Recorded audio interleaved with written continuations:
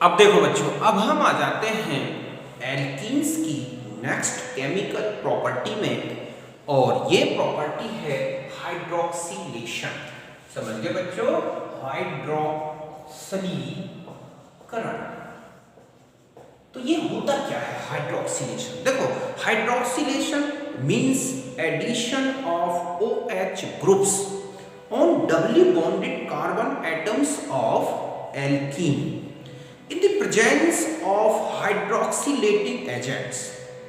समझ गए बच्चों कि जो एल्कीन है उसके डबली बॉन्डेड कार्बन एटम्स में जब OH ग्रुप्स आके एडेड होंगे तो हम इसे बोलते हैं क्या? हाइड्रोक्सिलेशन। सपोज हमारे पास ये एक एल्कीन डबल बॉन्ड है और यहां पर जो OH ग्रुप है, तो ये जो OH ग्रुप्स होते हैं किसी ना किसी हाइड्रोक्सिलेटिंग एजेंट की प्रेजेंस में मिलेंगे, तब यहां पर इस तरह से OH का जो एडिशन है होगा डबली बॉन्डेड कार्बन एटम्स पर, और ये एक डाइपोल बन जाएगा। क्या बन जाएगा? डाइपोल।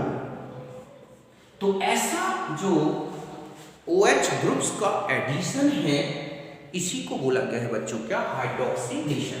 ये जो हाइड्रोक्सिलेशन है आप देखोगे कि या तो ये सिन हो सकता है या फिर कैसा हो सकता है? एंटी। ये तो एंटी है और ये क्या कहलाएगा बच्चों? सिन। मतलब जो हाइड्रोक्सिलेशन है उसमें टू जो OH ग्रुप्स हैं अगर वो सेम साइड से आते हैं तो उसे हम बोलेंगे सिन हाइड्रोक्सिलेशन।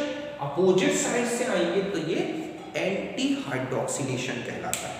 ये जो सिन और एंटी हाइड्रोक्सिलेशन है बच्चों, ये डिपेंड करता है जो हम रिएजेंट यूज करेंगे। जो हमारे पास हाइड्रोक्सिलेटिंग एजेंट है वो क्या है, वो किस तरह का है, उसी के जो डायरेक्शन में ये एडिशन होगा कि सिन है या एंटी। ओके, तो अब हम आ जाते हैं कुछ इंपॉर्टेंट हाइड्रोक्सिलेशन। तो समझ गए बच्चों कि एल्कीन के द्विबंधित कार्बन एटम्स पर जब OH ग्रुप आके जुड़ेंगे ना तो इसी प्रोसेस को हम क्या बोलते हैं? हाइड्रोक्सिलेशन, हाइड्रोक्सिलीकरण। ये जो है सिन भी हो सकता है, मींस दोनों OH ग्रुप एक ही साइड से एडेड होंगे, या फिर एंटी हो सकता है। तो हम फर्स्ट लेते हैं यहां पर। Okay, hydroxylation via KMnO4 KOH, ठीक है, होल्ड at 273। ये कहलाता है बच्चों Weyer's reagent। लगभग 1% KMnO4 और KOH का मिक्सचर होता है। तो यहां पर इसकी प्रेजेंस में जो हाइड्रोक्सिलेशन होगा, हाइड्रोक्सिलेशन वो कैसा होगा? सिन। मींस यहां पर हमारा जो डायोल बनेगा वो सिन डायोल होगा। ओके, और जो दो OH ग्रुप्स हैं आप देखेंगे वो दोनों डबली बॉन्डेड कार्बन एटम्स पर एडेड होंगे। तो यहां पर हम लेते हैं CH2 plus H2O plus O। ये जो KMnO4 है इसी से KMnO4 ओके प्लस KOH, यही ऑक्सीजन डोनर होते हैं, ऑक्सीडाइजर होते हैं। तो यहां से ये CH2OH मींस यहां पर हम एक एल्कीन ऐसी लें जिसमें ये डबल बॉन्ड है, और यहां पर हम ये हाइड्रोक्सिलेशन वेयर रिएजेंट की प्रेजेंस में करा देते हैं। Okay, plus KOH। तो आप देखेंगे कि ये जो डबल बॉन्ड है ओके ये हाइड्रोक्सिलेटेड होगा और इस तरह का सिन या सिस डाइओल बन गया। सिन डाइओल, या हम इसी को क्या बोल सकते हैं बच्चों? सिस डाइओल। सिन एडिशन से डाइओल बन रहा है, उसे हम सिस डाइओल बोलते हैं। तो ये जो KMnO4 है उससे जो ऑक्सीजन का एडिशन डबल बॉन्ड पर होता है, मींस यहां पर जब हम MnO4 1- ऐड करेंगे ना, जब ये ऐड होता है बच्चों तो वो ऐसे ऐड हो जाता है, यहां O, यहां O, ठीक है, ये M ऐसे, और ये बाद में जैसे ही हाइड्रोलिसिस होगी तो यहां से ये ग्रुप हट जाता है और ये OH। तो एक ही डायरेक्शन से जब इसमें क्या होता है एडिशन। तो ये बन गया हमारा सिन डायोल। अब इसी तरह का एडिशन आप देखोगे तो KMnO4, ये बेयर रिएजेंट डबल बॉन्ड के आइडेंटिफिकेशन में भी यूज होता है।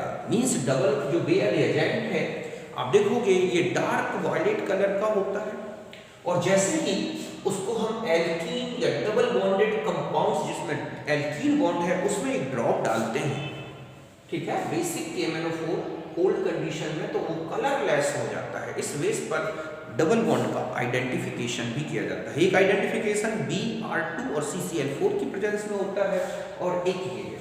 तो ये था किस तरह का सिन एडिशन। अब देखो बच्चों, जस्ट ऐसा ही एडिशन किसकी प्रेजेंस में चलता है, बिल्कुल ऑस्मियम टेट्राऑक्साइड। समझ गए ना, ऑस्मियम टेट्राऑक्साइड जो होता है, जब ये एडिशन OSO4 और H2O2 की प्रेजेंस में होता है तो भी ये सिन एडिशन ही होगा। अगर हमें KMnO4, ऑस्मियम टेट्राऑक्साइड इस तरह से, जैसे कि अभी आपको मैंने बताया कि ये डबल बॉन्ड है और यहाँ पर आपको ऑस्मियम टेट्राऑक्साइड H2O2 इनकी प्रेजेंस दी गई है, तो आप ध्यान रखें वहां पर OH का एडिशन ऐसे लिखें, या आपने देखा होगा ऐसे भी लिखा होता है, ये OH ऐसा लिखा हो, ऐसा लिखा हो, या फिर डार्क करके लिख दिया गया हो। अगर एक सा कंडीशन दिखाई गई, मींस ऐसे लिख दें, चाहे हम U लिख दें OH ऐसे, ओके, या फिर आपको ऐसे लिख दिया गया हो OH, ये सब किसको, सिस डायोल को रिप्रेजेंट करता है। समझ गए। तो ये एडिशन लेना है किसकी प्रेजेंस में, ऑस्मियम टेट्राऑक्साइड की प्रेजेंस में। अब देखो एक और डायोल का एडिशन जो है आप देखोगे वो भी सिन होता है। यहां पर अगर हम CH2 डबल बॉन्ड CH2 इसका एडिशन अगर हम यहां पर आयोडीन और सिल्वर एसीटेट या CH3COOAg इसकी प्रेजेंस में कराते हैं, ओके, तो यहां पर भी आपको इसी तरह का एडिशन दर्शाना है। कौन सा, सिन एडिशन।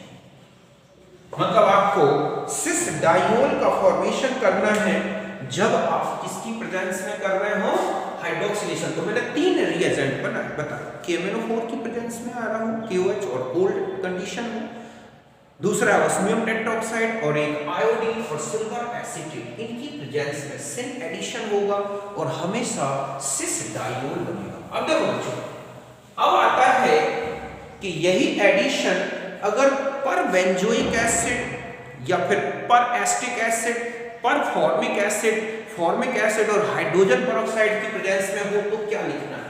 तो नेक्स्ट होता है, ठीक है, hydroxylation, Why HCOOH and H2O2, या ऐसा लिखा हो HCO3H। तो ध्यान रखें यहां पर एंटी हाइड्रोक्सिलेशन बताना है। क्या बताना है, एंटी हाइड्रोक्सिलेशन। एंटी और एंटी मतलब है अपोजिट, मींस आपके यहां पर जो है ट्रांस डाइओल का फॉर्मेशन, क्या होगा, ट्रांस डाइओल का फॉर्मेशन। तो यहां पर C double bond C plus, okay, H2O plus O, यहां पर HCO3H या फिर HCOOH और H2O2 इनकी प्रेजेंस दिखाई गई हो तो ध्यान रखें आपको ऐसा लिख देना है, या फिर ऐसा भी लिखा होता है जैसे CH2 एक आप ऐसा OH तो एक OH ऐसा ऐड करना। मींस यहां पर जैसे यहां डबल बॉन्ड है H2O प्लस O, ओके, इनकी प्रेजेंस में डायरेक्ट हाइड्रोक्सिलेशन होगा। तो यहां पर ऐसा लिखा है ऐसा, ओके, सॉरी, HCO3H। तो आपको ये हाइड्रोक्सिलेशन कैसा लिखना है कि ये तो हो गया OH एक प्लेन के ऊपर, तो ये हो नीचे, तो ये क्या बन गया, ट्रांस डाइओल, ओके। तो इस तरह का हाइड्रोक्सिलेशन अगर आपको परफॉर्मिक एसिड की प्रेजेंस में या फॉर्मिक एसिड और H2O2 की दिखाई गई हो तो ट्रांस डाइओल बनाना है। बाकी सिस कब बनाना है वो मैंने आपको बता दिया। और भी देखो, अगर यही एडिशन किसकी प्रेजेंस में किया गया हो, ये है CH2, अब यहां पर ऐसा लिखा हो RCO3H या फिर और C6H5CO3H H2O2, इनकी प्रेजेंस दी गई है, तो आपको पहले क्या करना है, ऑक्सीजन को ऐड करना।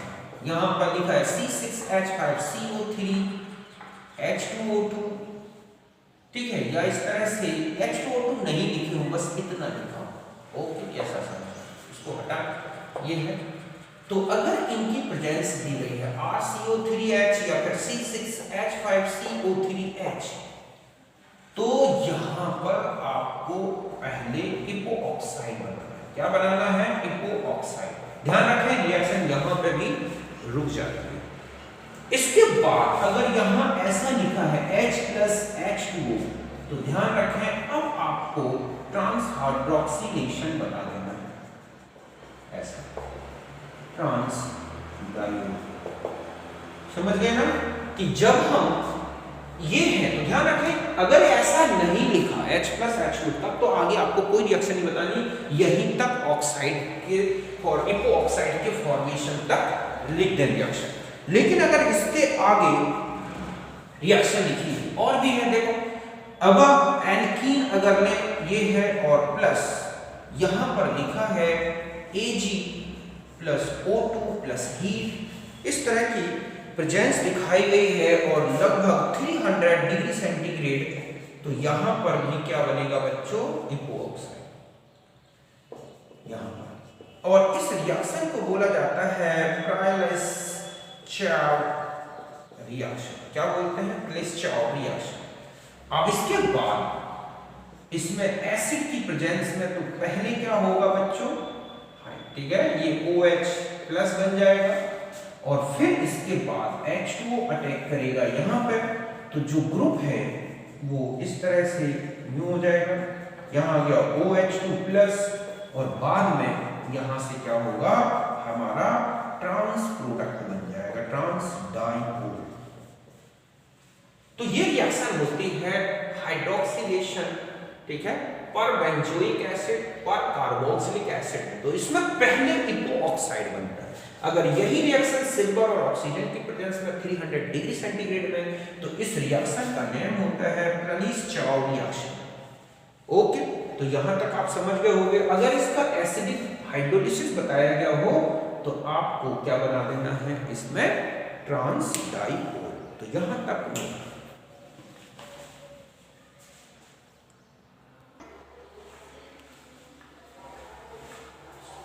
देखो बच्चों, और भी हाइड्रोक्सिलेशन है इन दो रिएजेंट की प्रेजेंस में। एक होता है KMnO4 प्लस NaIO4 लेमियूक्स रिएजेंट, और ये है मेटाक्लोरोपरबेंजोइक एसिड। इनकी प्रेजेंस में भी हाइड्रोक्सिलेशन होगा। यहां पर ध्यान से देखिए, ये जो ग्रुप है ये तो करेगा हाइड्रोक्सिलेशन, ओके, और ये जो ग्रुप है, ये जो रिएजेंट है या ये जो कंपाउंड है, ये करता है क्या, पर आयोडिक ऑक्सीडेशन। देखो कैसे, यहां है CH3CH, okay, double bond CH आपने यहां पर यूज किया है KMnO4 NaIO4। अगर ऐसा लिखा है तो पहले यहां पर होता है हाइड्रोक्सिलेशन, एक्चुअली हमारा फाइनल प्रोडक्ट तो दूसरा होगा ये। अब यहां पर जो NaIO4 है ना बच्चों, ये पर आयोडिक ऑक्सीडेशन कर देता है, तो यहां से ये इस तरह का ऑक्सीडेशन हो जाएगा और CH3CHO 2 मोल्स बनेंगे और यहां पर H2O। तो अगर आपको यहां डबल बॉन्ड और ये प्रेजेंस लिखी गई है, तो डाइओल तो बनेगा, लेकिन वो एक इंटरमीडिएट के फॉर्म में जो फाइनली एल्डिहाइड में चेंज होगा। ओके, एक चीज अब आता है कि ये है, ओके, तो यहां पर एल्कीन बॉन्ड पर ही हाइड्रोक्सिलेशन कराता है, ये भी M, ठीक है, CPDA ऐसा लिखा है। तो ध्यान रखें कि ये जो है CH2OH इस तरह का ट्रांस हाइड्रोक्सिलेशन भी कराएगा ये भी। समझ गए बच्चों? तो इसका भी यूज हाइड्रोक्सिलेशन में होता है, इसका होता है, पर ये फाइनल प्रोडक्ट ये बनाता है। ये यहां पर ध्यान रखना है कि जो RCO3H है या C6H5CO3H है या MCPBA है, ठीक है, ये जो है हाइड्रोक्सीलेटेड मोर सब्स्टिट्यूटेड डबल बॉन्ड, किसको मोर सब्स्टिट्यूटेड डबल बॉन्ड पर ही अटैक करता है। मींस यहां पर अगर ऐसा लिखा है, देखो ऐसा, और आपको यहां पर लिखा है RCO3 ओके H, और आपको हाइड्रोक्सिलेशन कराना है, तो आप देखोगे कि यहां पर जो OH है वो इस तरह से हाइड्रोक्सिलेटेड होगा। मींस ये बॉन्ड इफेक्टेड नहीं होगा। वन इक्विवेलेंट की बात की गई हो तो पहले ये मोर सब्स्टिट्यूटेड डबल बॉन्ड ही क्या होगा, हाइड्रोक्सिलेटेड। ओके, तो यहां तक नोट करो।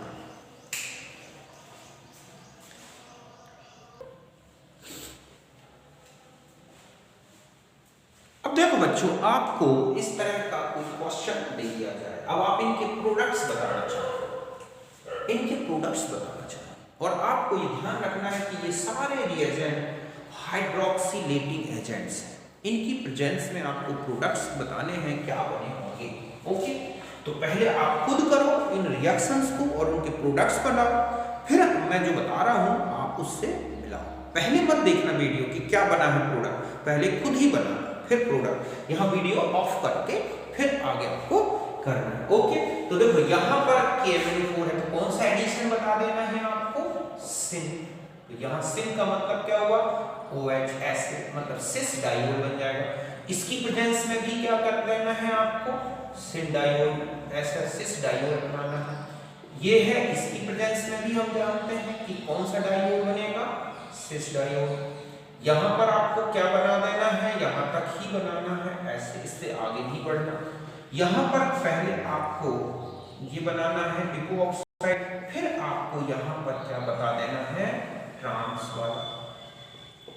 ओके, और देखो आप यहाँ पर और लिखा है SCO3H2O2, यहाँ पर आप आ जाए तो यहाँ पर आपको ट्रांस डायोल बना देना है।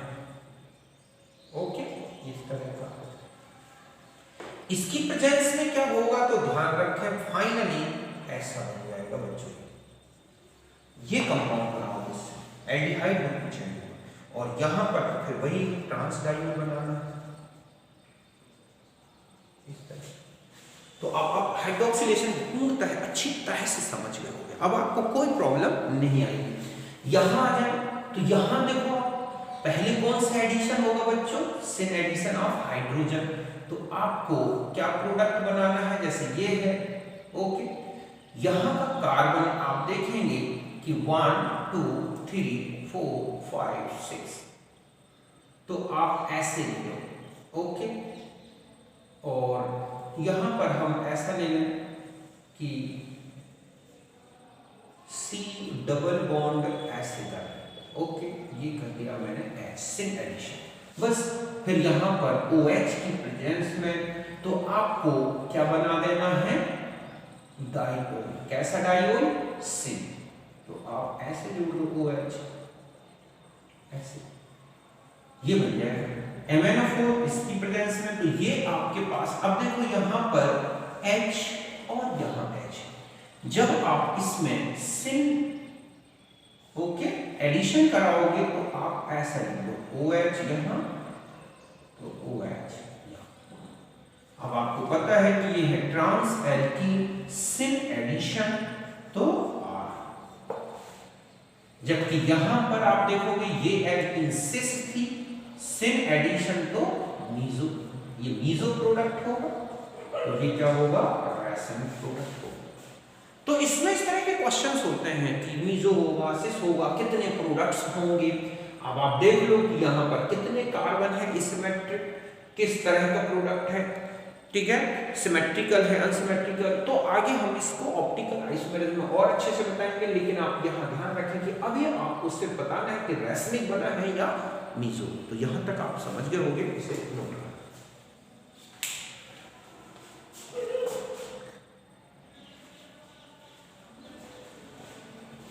अब देखो बच्चों, अब हम आ जाते हैं एल्कीन्स का ऑक्सीडेशन। ओके, यहाँ पर हम लेंगे ऑक्सीडेशन बाय, ठीक है, KMnO4OH 373 केल्विन, एक KMnO4 H2SO4 दूसरा, K2Cr2O7 and H2SO4, ओके, या फिर HiO4। अगर इनकी प्रेजेंस में एल्कीन्स का ऑक्सीडेशन आपसे पूछा गया है तो आपको क्या याद रखना है? देखो इतना सा ध्यान रखना है। सबसे पहले आप ये देखें कि अगर टर्मिनल एल्कीन है, CH2 ग्रुप है और इनमें से किसी की भी प्रेजेंस शो की गई है, समझ गए जो मैंने आपको लिखे, ऐसा लिखा हो या MnO4 1 OH और 373 हाई टेम्परेचर भी लिखा हो, तो यहां पर इसको तो चेंज कर देना है CO2 और H2।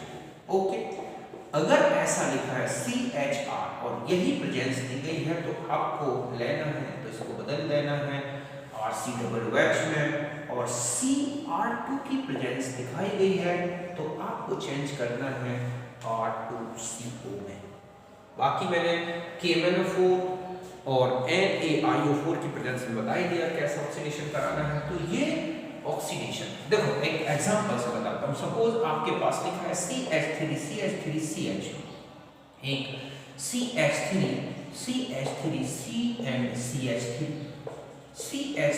CH3 double bond C, फिर डबल बॉन्ड CH3। ओके, ये आपको प्रोडक्ट्स बनाने हैं। तो यहां पर आपने MnO4 और OH -373 ये इस तरह की कंडीशन लिखी है, तो आप COOH प्लस CO2 और प्लस इसमें चेंज कर दो H2।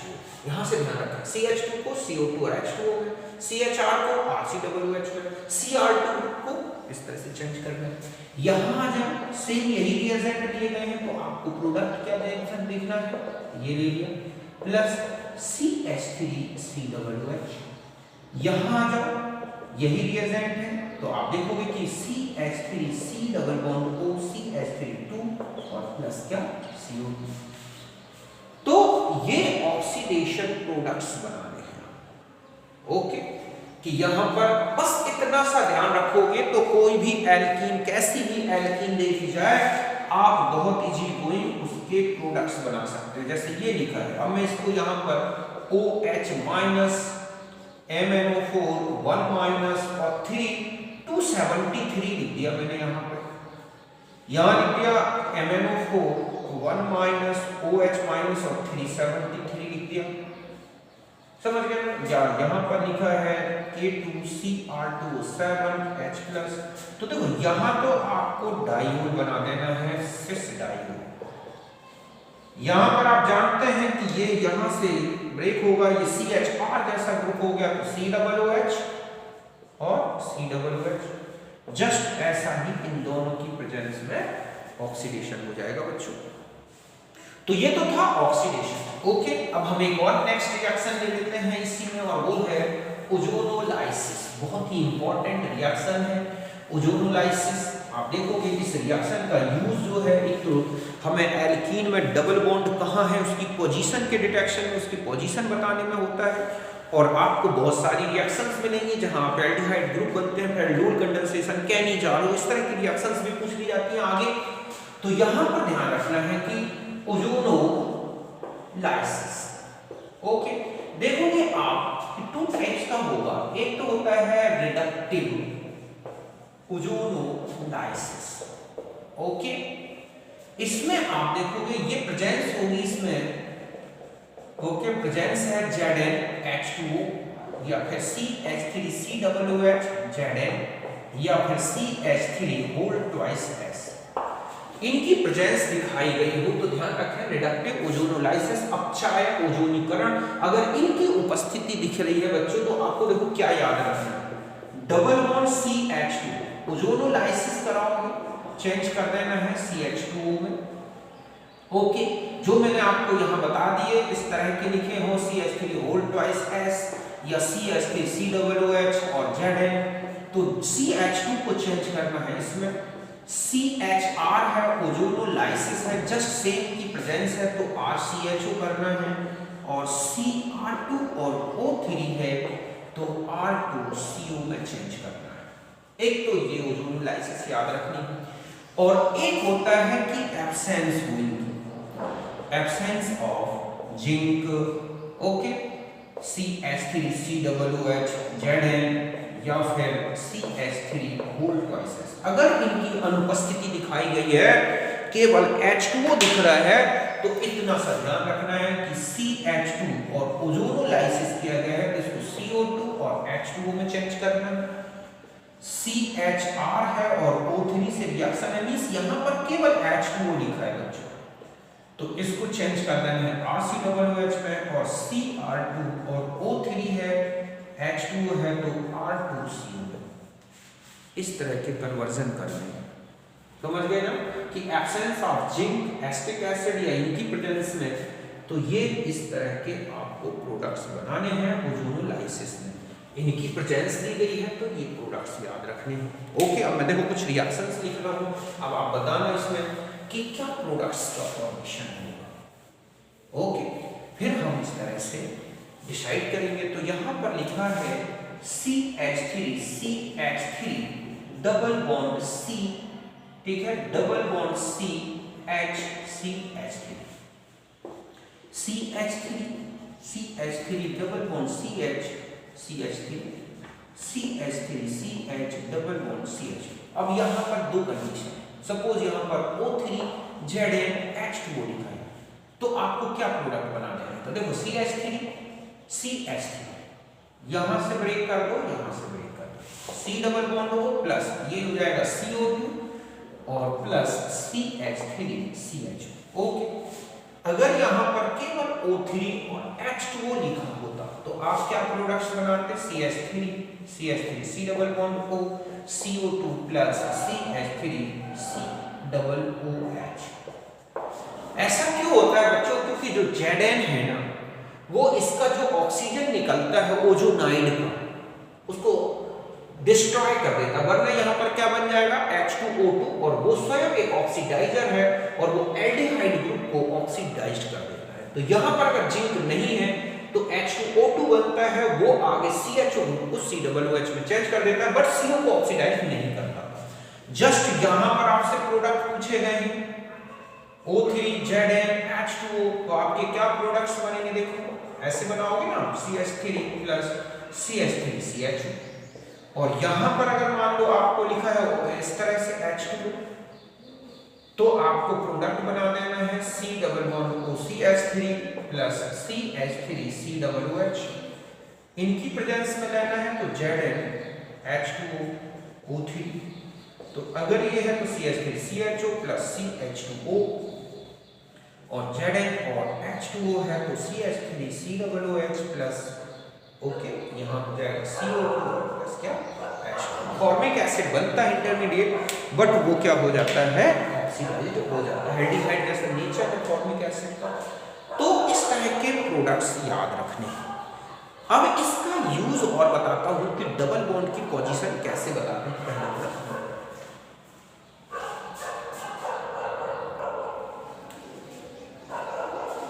अब देखो बच्चों, कई बार ऐसा होता है जहां हमें एल्कीन का स्ट्रक्चर पूछ लिया जाता है कि इस एल्कीन का ओजोनोलाइसिस किया गया तो ये प्रोडक्ट्स बने, तो बताएं कि एल्कीन में डबल बॉन्ड क्या होगा या उसका IUPAC नेम क्या होगा। तो आपको ध्यान रखना है कि अगर आपको डबल बॉन्ड की पोजीशन या एल्कीन का स्ट्रक्चर डिसाइड करना है, तो जो ओजोनोलाइसिस प्रोडक्ट्स हैं उनको ऐसे, उनके ऑक्सीजन एटम्स को ऐसे सामने लाना है कि वो क्या हो जाए, डबल बॉन्ड से रिप्लेस हो जाए। समझ गए बच्चों कि एल्कीन की संरचना निर्धारित करनी है तो ओजोनीकरण उत्पाद को इस प्रकार रखो कि oxygen atom C double bond से प्रतिस्थापित हो जाए। देखो कैसे, जैसे आपको ये लिखा है C double bond O CH3 plus O double bond CH3। अब आपसे पूछा गया कि एल्कीन क्या नहीं होगी, तो इन ऑक्सीजन्स को हटा दो, बस आप जोड़ दो ऐसे, तो ये बन जाएगी एल्कीन। इसका मतलब है कि इस एल्कीन के ओजोनोलाइसिस ये बना हो। अब मान लो मैंने आपको दिया है CH3 plus O double bond O plus, okay, OCH2। अब आपसे पूछूं कि एल्कीन बताओ क्या बनी होगी, तो आप यहाँ से ये ऑक्सीजन निकाल दो, यहाँ से ये ऑक्सीजन निकाल दो, तो देखो आप क्या बन जाएगा CH3 डबल बॉन्ड C और CH3। तो इस तरह से एल्कीन की स्ट्रक्चर का डिटर्मिनेशन कर सकते हैं। ऑक्सीजन हटा दो और एल्कीन उनके डबल बॉन्ड ला दो, जहां ऑक्सीजन थे उनको हटाओ, वहां डबल बॉन्ड लगा दो, प्रोडक्ट्स का फॉर्मेशन हो जाएगा, पता चल जाएगा एल्कीन क्या है, उसका आईयूपीएसी नेम बन जाएगा। ओके, कोई से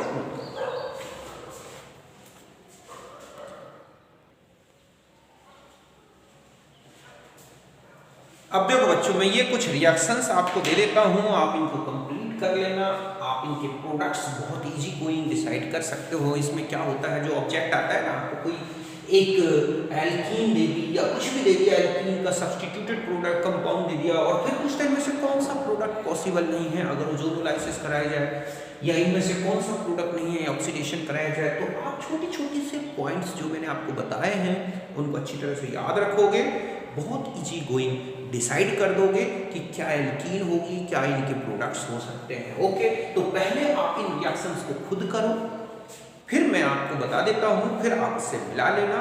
आपका अगर बिल्कुल सब कुछ करेक्ट आ गया तो इसका मतलब है आपका पूरा नॉलेज बिल्कुल करेक्ट हो गया, ऑक्सीडेशन से रिलेटेड, ओजोनोलाइसिस से रिलेटेड और हाइड्रोक्सिलेशन से रिलेटेड। ओके, हाइड्रोक्सिलेशन की तो मैंने पहले रिएक्शंस बता दी, इनमें कुछ बताता हूं।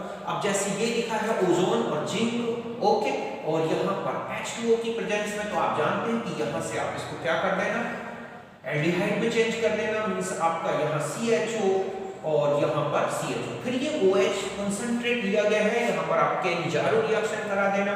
आप देखोगे कि आपके पास क्या प्रोडक्ट बनता है, ओके, और वो प्रोडक्ट क्या होगा वो डिसाइड करना है आपको कि इसमें, सॉरी केनिजारो नहीं बल्कि डाइल्यूट है यहाँ पर, और एल्डोल कंडेंसेशन बताना है। क्या बताना है, एल्डोल कंडेंसेशन, तो वो रिएक्शन आप यहाँ पर डिसाइड करोगे। ये जो ग्रुप है या ये जो बीटा हाइड्रोजन, अल्फा हाइड्रोजन, इनका किसी एक के साथ क्या करा दोगे, एडिशन, तो ये हो गया CHO, और यहाँ पर आप देखोगे कि क्या होगा और क्या बनेगा हमारा प्रोडक्ट। तो डबल बॉन्ड कहाँ आएगा, कैसे आएगा, वो मैंने आपको पहले बता चुका हूँ, तो डिसाइड कर देना। ओके, यहाँ पर देखो आप यहाँ से ये, तो अगर इसकी प्रेजेंस में पूछा गया है तो आपको डबल बॉन्ड O ये बना देना है, और यहाँ पर भी वही हो जाएगा इस तरह से इसकी प्रेजेंस में। और अगर आप इसकी प्रेजेंस में बताते हो तो यहाँ तो कीटोन ही रहेगा, लेकिन यहाँ क्या आ जाएगा, COOH। ऐसा इसमें देखो, यहाँ O प्लस CH2O और यहाँ पर O प्लस CO2 प्लस क्या H2 बन जाएगा। इसकी प्रेजेंस में आप देखोगे तो ये बन जाएगा हमारा प्रोडक्ट। क्या होगा बच्चों, देखो double bond O, double bond O ऐसे बनेगा। ओके, यहां पर आ जाओ, तो यहां से आप इसकी प्रेजेंस में बनाओगी O प्लस CH2, इसकी प्रेजेंस में कराओगी तो ये तो कीटोन ही रहेगा, रिंग तो वही रहेगी, प्लस CO2 प्लस H2। इसकी प्रेजेंस में देखो आप, तो कितने, यहां से यहां से यहां से और यहां से, एक ओजोनोलाइसिस तो ऐसा हो सकता है। ओके, तो इस तरह से जितने पॉसिबल प्रोडक्ट्स हैं इसके, इसकी प्रेजेंस में जिंक और H2O को बना के देखना है, इसमें यहां से और यहां से ब्रेक कर देना। ठीक है, तो आप देखोगे कि क्या क्या ग्लाइऑक्सल बन जाएगा। ठीक है, और भी क्या देखो आप, कीटो डाई, ठीक है, डाई एल्डिहाइड कंपाउंड बन जाएगा, एसिटाल्डिहाइड बन जाएगा। इसकी जस्ट रिएक्शन बतानी है O3 और H2O और जिंक की प्रेजेंस में, यहां से और प्रोडक्ट्स बता दो। इसके तो आपसे बन जाएंगे, इसकी प्रेजेंस करनी है तो आपको यहां से ब्रेक कर देना है, ये है तो हाइड्रोक्सिलेशन करना है, यहाँ तो ऑक्सीडेशन करके इन दोनों कार्बन को COOH में चेंज करना है, यहाँ NaIO4 की प्रेजेंस में तो एल्डिहाइड ग्रुप में चेंज कर देना है। इनमें आपको ग्लाइऑक्सल बना देना है 3 मोल, यहाँ से डाइएल्डिहाइड बना देना है, जिंक और H2O, जिंक और H2O, बस बहुत इजी है ये रिएक्शन। और बहुत इजी कोई आप रिएक्शंस कंप्लीट कर सकते हैं डबल बॉन्ड की पोजीशन। बस जो मैंने बताया है उतने से रूल याद रखो, हाइड्रोक्सिलेशन, ऑक्सीडेशन, ओजोनोलाइसिस, इसमें कहीं कोई प्रॉब्लम नहीं आएगी। ओके, तो यहां तक मैंने आपको बता दी प्रॉपर्टीज ऑफ एल्कीन्स में। नेक्स्ट जो वीडियो होगा उसमें हम लेंगे हाइड्रेशन ऑफ एल्कीन्स, जिसमें हम एसिडिक ठीक है हाइड्रेशन होगा, HBO रिएक्शन होगी, मर्क्यूरेशन, डीमर्क्यूरेशन होंगे, उस रिएक्शंस को लेंगे और अदर रिएक्शंस में। ओके, तो मिलते हैं नेक्स्ट वीडियो में, तब तक के लिए आप सबको मेरा नमस्कार। Thank you for watching. Okay.